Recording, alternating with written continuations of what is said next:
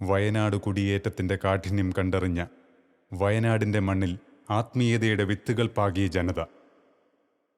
1940കളിൽ ആരംഭിച്ച കുടിയേറ്റം 1950കളിലെത്തിയപ്പോൾ 32 കുടുംബങ്ങൾ കൊണ്ട് സമ്പന്നമായിരുന്നു. വയനാടിൻ്റെ ഭൂമിശാസ്ത്രപരമായ കാഠിന്യതയിൽ ഒരിടം കണ്ടെത്തി അവർ സ്വയം വഴിതെളിക്കുകയായിരുന്നു. ജീവവായു പോലെ തന്നെ ആത്മീയതയുടെ അംശം തങ്ങളുടെ ജീവിതത്തിലുണ്ടാകണമെന്ന് അതിയായി മോഹിച്ച പിതാമഹന്മാർ കഠിന ത്യാഗപൂർണമായ വഴിത്താരകൾ തുറന്ന് ജീവിതത്തിൽ ആത്മീയതയെ കുടിയിരുത്തി. പ്രകൃതിയുടെ ക്രൂദ്ധനോട്ടത്തിൽ ഭയചകിതരായ ഒരു ജനത സ്തബ്ധരായി നോക്കി നിന്നില്ല.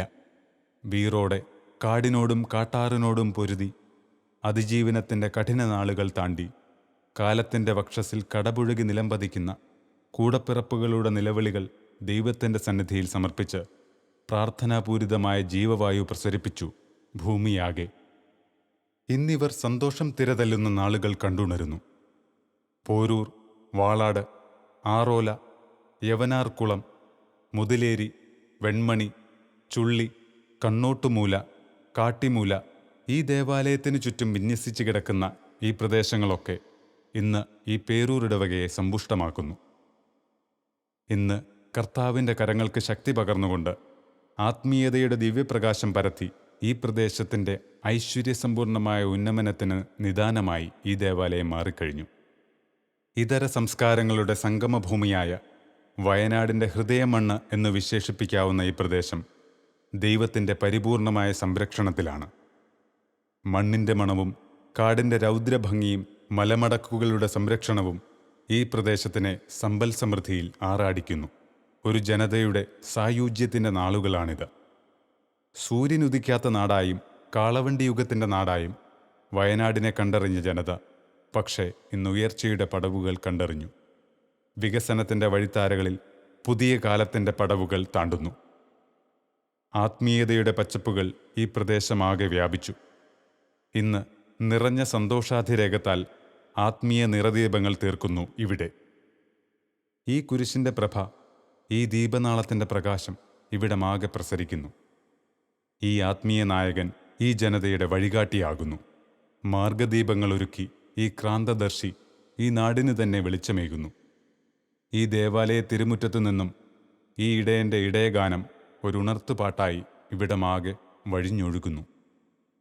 ഈ ഇടവകയിലെ ഇപ്പോഴത്തെ ആധ്യാത്മിക പിതാവും വികാരിയും എന്ന നിലയിൽ ചിന്തിക്കുമ്പോൾ ഈ ഇടവക സ്ഥാപിതമായി ഈ കാലഘട്ടം വരെ കടന്നു വന്നതിൻ്റെ പിന്നാമ്പുറങ്ങളിലേക്ക് ഒരു നിമിഷം ചിന്ത പോവുകയാണ്.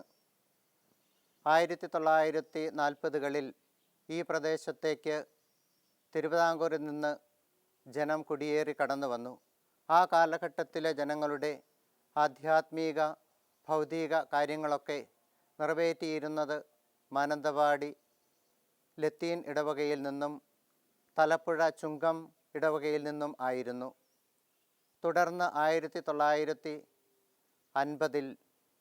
അന്നത്തെ കോഴിക്കോട് രൂപത മെത്രാനായിരുന്ന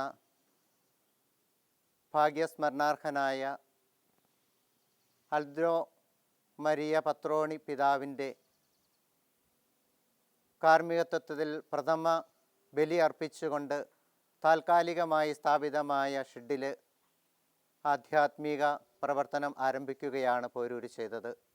തുടർന്ന് ചുങ്കം ഇടവകയിൽ നിന്നുള്ള ലത്തീൻ ക്രമത്തിൽപ്പെട്ട അച്ഛന്മാരാണ് ഇവിടെ സേവനമനുഷ്ഠിച്ചിരുന്നത്. 1963 തലശ്ശേരി രൂപത സ്ഥാപിതമായ കാലഘട്ടം മുതൽ തലശ്ശേരി രൂപതയിൽ നിന്നുള്ള ആധ്യാത്മിക നേതൃത്വം ഇവിടേക്ക് കടന്നു വരികയായിരുന്നു. 1963 സ്നേഹ ബഹുമാനപ്പെട്ട ജോൺ പുത്തമ്പുരയിൽ അച്ഛൻ ഇവിടെ താമസിക്കുവാനായിട്ട് കടന്നു വരികയും ആദ്യ വികാരിയായിട്ട് ഉത്തരവാദിത്വം ഏറ്റെടുക്കുകയും ചെയ്തു. തുടർന്ന് അദ്ദേഹത്തിന് ശേഷം ബഹുമാനപ്പെട്ട കാട്ടൂർ തോമസ് അച്ഛനാണ് ഇവിടെ ദീർഘകാലം സേവനമനുഷ്ഠിച്ചത്. അച്ഛൻ്റെ കാലഘട്ടത്തിൽ ഒത്തിരിയേറെ ആത്മീയ ഭൗതിക പുരോഗതി ഈ പ്രദേശത്തിന് കൈവന്നിട്ടുണ്ട്. ഇവിടെ 1954 സ്കൂൾ ആരംഭിക്കുകയുണ്ടായി. അതോടൊപ്പം തന്നെ തിരുഹൃദയ മഠം സ്ഥാപിതമാവുകയും ചെയ്തു. ആധ്യാത്മിക രംഗങ്ങളിലും വിവിധ ഭക്തസംഘടനകളുടെ അതുപോലെ തന്നെ മതബോധന രംഗത്തിലുമൊക്കെ സ്തുത്യർഹമായ സേവനങ്ങൾ ബഹുമാനപ്പെട്ട വികാരിയച്ചന്മാരുടെയും സിസ്റ്റേഴ്സിൻ്റെയും ഒക്കെ നേതൃത്വത്തിൽ ഇവിടുത്തെ വിശ്വാസികൾ സ്വീകരിക്കുകയും ആ വിശ്വാസം എല്ലാ തലങ്ങളിലും പ്രജ്വലിപ്പിക്കുകയും ചെയ്തുകൊണ്ട് ഇടവക ഉത്തരോത്തരം വളർച്ചയിലേക്ക് കടന്നു വരികയാണ് ഉണ്ടായത്. താളമേളങ്ങളെ മനസ്സിലേക്ക് അനയിച്ച് ശരീരത്തെ പാകപ്പെടുത്തി കരചലനങ്ങളെ ഏകോപിപ്പിച്ച് ഗുരുക്കന്മാരുടെ അനുഗ്രഹം തേടി പ്രേക്ഷകന് നവരസങ്ങൾ പറഞ്ഞു കൊടുക്കുകയാണ് ഈ കൊച്ചു കലാകാരി. സിംഗിൾ ഡാൻസുമായി വേദി.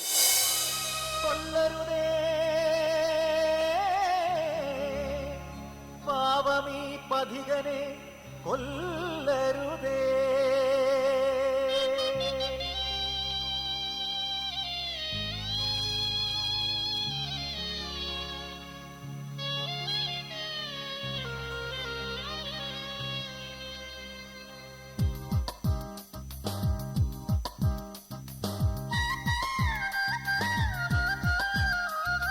പുലരി പൂത്തൊരു നേരത്ത്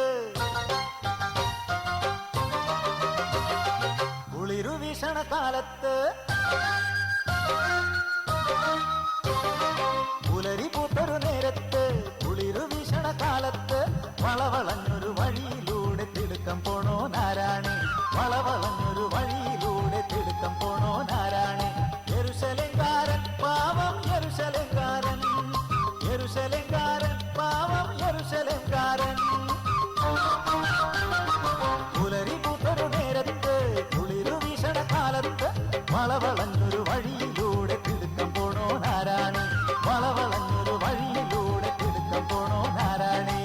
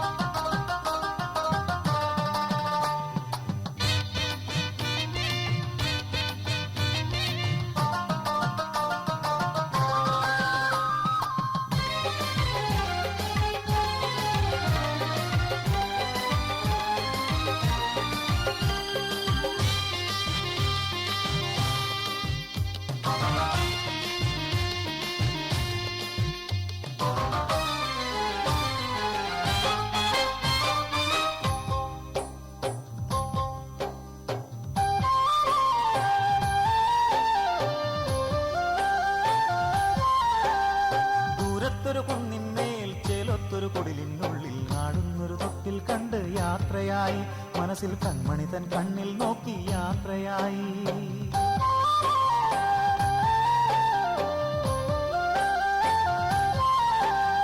വേഗം വിടത്താനായി കൺമണിയെ കാണാനായി താരാട്ടും മൂളി താതൻ യാത്രയായി, തനിയെ ഇടവഴിയെ ഭാണ്ഡവുമായി യാത്രയായി. ആരാരും എല്ലാ വഴിയിൽ തിരതേടും കഴുകക്കൂട്ടം ആമാടപ്രാവിന് രാജ കാത്തു നിന്നു. കള്ളന്മാരഞ്ചു പേരാത്തിയോട് ആ വഴി പാത്തു നിന്നു, വഴിയിൽ പാത്തു നിന്നു.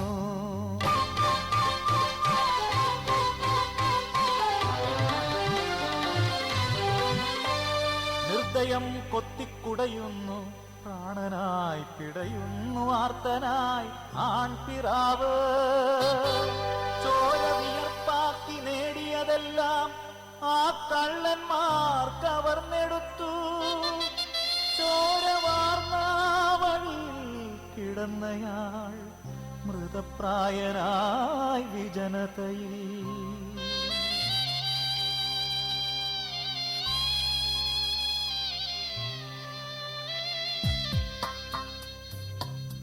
ആ വഴി വന്നു പുരോഹിതനെങ്കിലും മറുവഴി തേടി നടന്നു പോയി.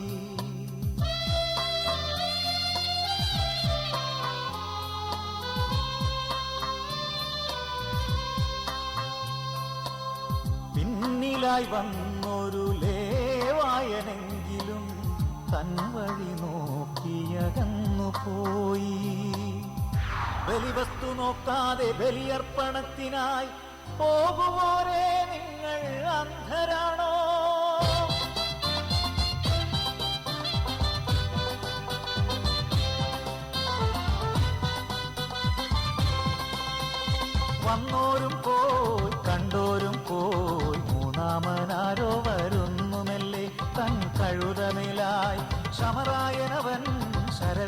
നേരത്തിൽ മുറിവേറ്റ സഹജന്റെ നേരെ നോക്കി താങ്ങി മടിയിലേറ്റി. എണ്ണയാൽ മുറിവുകൾ വച്ചുകെട്ടി തന്റെ കഴുതപ്പുറത്തേറ്റി നീങ്ങി. തന്നയൽക്കാരനെ സത്രത്തിലെത്തിച്ചു പരിചരിക്കാൻ പണം നൽകി. മുറിവേറ്റ ദൈവത്തെ സ്നേഹിക്കുവാൻ ഇനി മുറിവേറ്റ സഹജനെ സ്നേഹിച്ചിടാം. മുറിവേറ്റ ദൈവത്തെ സ്നേഹിക്കുവാൻ ഇനി മുറിവേറ്റ സഹജനെ സ്നേഹിച്ചിടാം.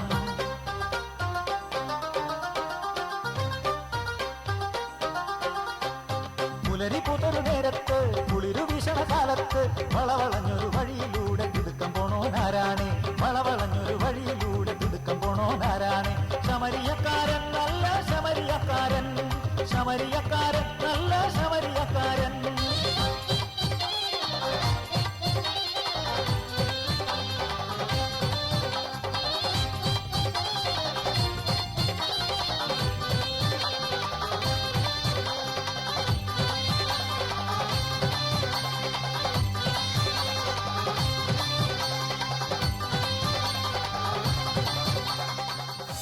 പോരൂരിടവകയിലെ മാതൃവേദിയുടെ പ്രവർത്തനങ്ങൾ ആരംഭിക്കുക 1969 ബഹുമാനപ്പെട്ട കാട്ടൂരച്ചൻ്റെയും പോൾ മരിയസിൻ്റെയും നേതൃത്വത്തിലാണ് മാതൃവേദിക്ക് പ്രവർത്തനം തുടങ്ങുക. അന്നത്തെ കാലത്ത് വളരെ കുറച്ച് പേര് മാത്രമേ മാതൃവേദിയുടെ പ്രവർത്തനങ്ങളിലേക്കായിട്ട് കടന്നു വന്നിരുന്നുള്ളൂ. പക്ഷേ ഇന്ന് അങ്ങനെയല്ല. കുറേ അധികം അമ്മമാർ ഇടവകയിലെ ആത്മീയവും ഭൗതികവുമായ എല്ലാ പ്രവർത്തന മേഖലകളിലും വളരെ സജീവമായി തന്നെ നിലകൊള്ളുന്നു. ഓരോ ഭവനങ്ങളിലേക്കും രോഗികളായി കഴിയുന്നവരുടെ അടുത്തേക്ക്, ആസന്നമരണരായി കഴിയുന്നവരുടെ അടുത്തേക്ക് ഒക്കെ കടന്നു ചെന്നുകൊണ്ട് അവർക്ക് വേണ്ട സഹായ സഹകരണങ്ങൾ, പ്രത്യേകിച്ച് സാമ്പത്തിക സഹായങ്ങൾ ആവശ്യമുണ്ടെങ്കിൽ അങ്ങനെയും ചെയ്തു കൊടുക്കുവാൻ ഇന്ന് നമ്മുടെ അമ്മമാർ തയ്യാറാണ്. ഇപ്പോൾ ഇത് കരുണയുടെ വർഷമാണ്. കരുണയുടെ വർഷം പ്രമാണിച്ചുകൊണ്ട് തന്നെ ഗവൺമെൻറ് ഹോസ്പിറ്റലിൽ പോയി ഭക്ഷണം പാകം ചെയ്ത് അവിടെയുള്ളവർക്ക് കൊടുക്കുക. ഈസ്റ്ററിനും ക്രിസ്മസിനുമൊക്കെ സാമ്പത്തികമായി ഒത്തിരി കഴിവുള്ളവരുടെ അടുത്ത് പോയി അവരുടെ അടുത്ത് നിന്ന് സാമ്പത്തിക സഹായം വാങ്ങി, ഇല്ലാത്തവർക്ക് ഈസ്റ്റർ കിറ്റ്, ക്രിസ്മസ് കിറ്റ് ഇങ്ങനെയുള്ള സഹായങ്ങൾ, അന്നത്തെ ദിവസത്തെ ഭക്ഷണത്തിനുള്ള കാര്യങ്ങളെല്ലാം നമ്മൾ അവരുടെ ഭവനങ്ങളിൽ കൊണ്ടുപോയി കൊടുക്കുക. മരിച്ച വീടുകളിൽ പോയി അവർക്ക് വേണ്ട നമ്മുടെ സഹായം എന്തെങ്കിലും ആവശ്യമുണ്ടെങ്കിൽ അതെല്ലാം ചെയ്തു കൊടുത്തുകൊണ്ട് അവരെ സഹായിക്കുക. ഇങ്ങനെയുള്ള കാര്യങ്ങളെല്ലാം വളരെ ഭംഗിയായി ചെയ്തു പോകുന്നുണ്ട് മാതൃവേദിയുടെ. കാരണം ഇന്ന് വളരെ പ്രായം കുറഞ്ഞ അമ്മമാരൊക്കെ ഈ പ്രവർത്തന മേഖലയ്ക്ക് കടന്നു വന്നിരിക്കുകയാണ്. കാരണം അത് ആർക്ക് വേണമെങ്കിലും സഹായം ചെയ്യാൻ ഞങ്ങൾ എപ്പോഴും തയ്യാറാണ്, ഏത് കാര്യങ്ങളിലും ഞങ്ങൾ തയ്യാറാണ് എന്ന് പറഞ്ഞുകൊണ്ട് ഇടവകയുടെ പ്രവർത്തനങ്ങളിലുമാണ്, അതുപോലെ തന്നെ നമ്മുടെ ഇടവകയിലെ ഓരോ കുടുംബങ്ങളിലും, അത് ജാതി മതഭേദമന്യേ എല്ലാവർക്കും നമ്മുടെ സഹായം നമ്മൾ എത്തിച്ചു കൊടുക്കുന്നുണ്ട്. മറ്റു പല അനാഥാലയങ്ങളിലും മറ്റ് വൃദ്ധമന്ദിരങ്ങളിലും ഒക്കെ പോയി അവർക്ക് ഭക്ഷണം പാകം ചെയ്തു കൊടുക്കുക, അവർക്ക് വേണ്ട സഹായങ്ങൾ ചെയ്തു കൊടുക്കുന്നതിലുമൊക്കെ ഈ പോരൂർ ഇടവകയിലെ അമ്മമാർ വളരെ സജീവമായി തന്നെ പ്രവർത്തിച്ചു വരുന്നു. വചനത്തിലൂടെ വിമോചനത്തിലേക്ക് എന്ന ആപ്തവാക്യം ഉൾക്കൊണ്ടുകൊണ്ട് 1997 നവംബർ 7 ബഹുമാനപ്പെട്ട മാത്യു അത്തിക്കലച്ചൻ്റെ നേതൃത്വത്തിൽ ആണ് KCOM പോരൂർ ഇടവകയിൽ രൂപം കൊള്ളുന്നത്. KCOM സംഘടന കാലോചിതമായ മാറ്റങ്ങൾ ഉൾക്കൊണ്ടുകൊണ്ട് മുന്നോട്ട് വന്നിട്ടുണ്ട്. വിവിധ തരത്തിലുള്ള കലാകായിക രംഗങ്ങളിലാണെങ്കിലും ആത്മീയ രംഗങ്ങളിലാണെങ്കിലും KCOM സംഘടന വ്യക്തമായ പ്രാതിനിധ്യം ഈ പോരൂർ ഇടവകയിൽ നിന്ന് കൊടുക്കുവാൻ ഞങ്ങൾക്ക് കഴിഞ്ഞിട്ടുണ്ട്. ആധ്യാത്മികതയിലാണെങ്കിലും ഭൗതികതയിലാണെങ്കിലും KCOM സംഘടന ഒട്ടും പുറകിലല്ല. മാനന്തവാടി രൂപം നടത്തിയ ദണ്ഡവിമോചന യാത്രയിൽ കൂടുതൽ ആളുകളെ പങ്കെടുപ്പിക്കുവാൻ KCOM സാധിച്ചു. അതുപോലെ തന്നെ സ്വന്തം ഇടവകയിൽ കുരിശിൻ്റെ വഴി നടത്തിയും KCOM തൻ്റെ ആത്മീയ പ്രവർത്തനങ്ങളിൽ കരുത്തർജിക്കുന്നു. അതുപോലെ തന്നെ ഫണ്ട് ശേഖരണമാണെങ്കിലും സാമൂഹ്യ പ്രതിബദ്ധതയുള്ള ഒരു സംഘടന എന്ന നിലയിൽ ബ്ലഡ് ഡൊണേഷൻ ക്യാമ്പ് നടത്തിയും ഗവൺമെൻറ് ഹോസ്പിറ്റലിൽ ഭക്ഷണം നൽകിയും തങ്ങളുടെ പ്രവർത്തനങ്ങൾ മുന്നോട്ട് കൊണ്ടുപോകുന്നു. കായിക പ്രവർത്തനങ്ങളിൽ മികവുറ്റ പ്രവർത്തനമാണ് KCOM കാഴ്ചവെക്കുന്നത്. ഈ കഴിഞ്ഞ കലോത്സവ മത്സരത്തിൽ മാനന്തവാടി രൂപതയിൽ പരിചമുട്ടിന് 1ാം സ്ഥാനവും തലശ്ശേരി അതിരൂപതാ മത്സരത്തിൽ 3ാം സ്ഥാനവും KCOM നേടാനായി. അഭിനയം സാധ്യതയാണ്. പ്രേക്ഷക മനസ്സിനെ ചില ചിന്തയിലേക്ക് തൊട്ടുണർത്താനുള്ള സാധ്യത. അഭിനയ കലയിൽ ഏക അഭിനയത്തിന് ഏറെ പ്രസക്തിയുണ്ട്.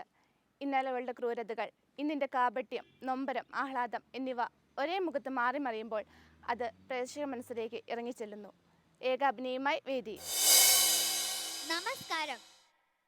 നോമ്പ്, പ്രാർത്ഥന, ദാനധർമ്മം ഇവയാണല്ലോ നമ്മുടെ പുണ്യപ്രവൃത്തികൾ.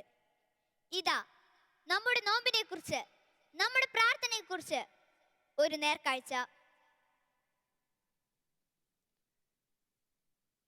എനിക്ക് വിശക്കുന്നു.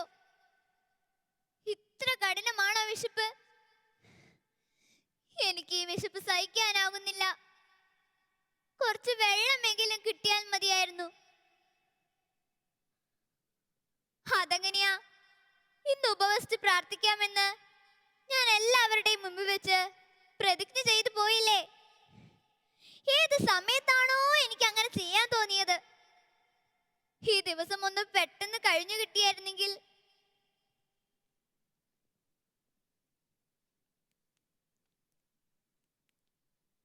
കൊച്ചേ, എന്തിനാ നീ കരയുന്നത്? എന്താ നിനക്ക് പറ്റിയത്? ദേ തള്ളേ, ഒന്ന് പോകുന്നുണ്ടോ? വേലക്കാരോട് ജോലി നോക്കിയാൽ മതി. മനുഷ്യന് വിശന്നിട്ട് വയ്യ, അപ്പഴൊരു കിന്നാർ പറച്ചില്. ഓ ഇല്ലേ, എന്നോട് ചാടിക്കടിക്കാനൊന്നും വരണ്ട. ഞാനൊന്നും പറഞ്ഞില്ല എൻ്റെ അപ്പനെ.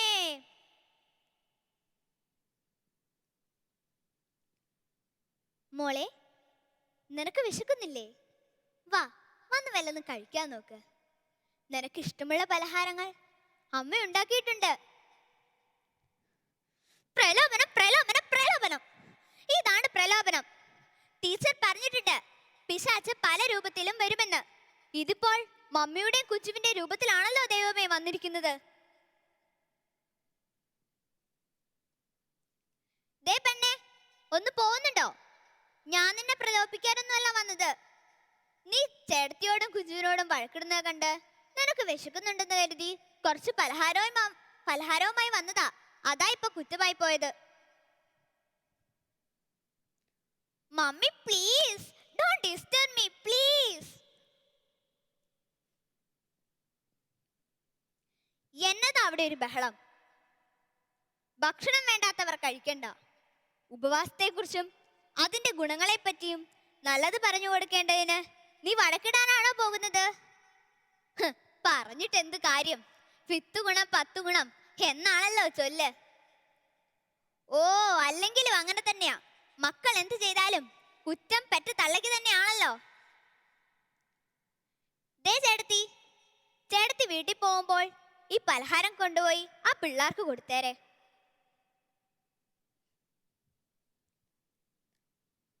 അതന്നെ ഇടപാടാ മമ്മി.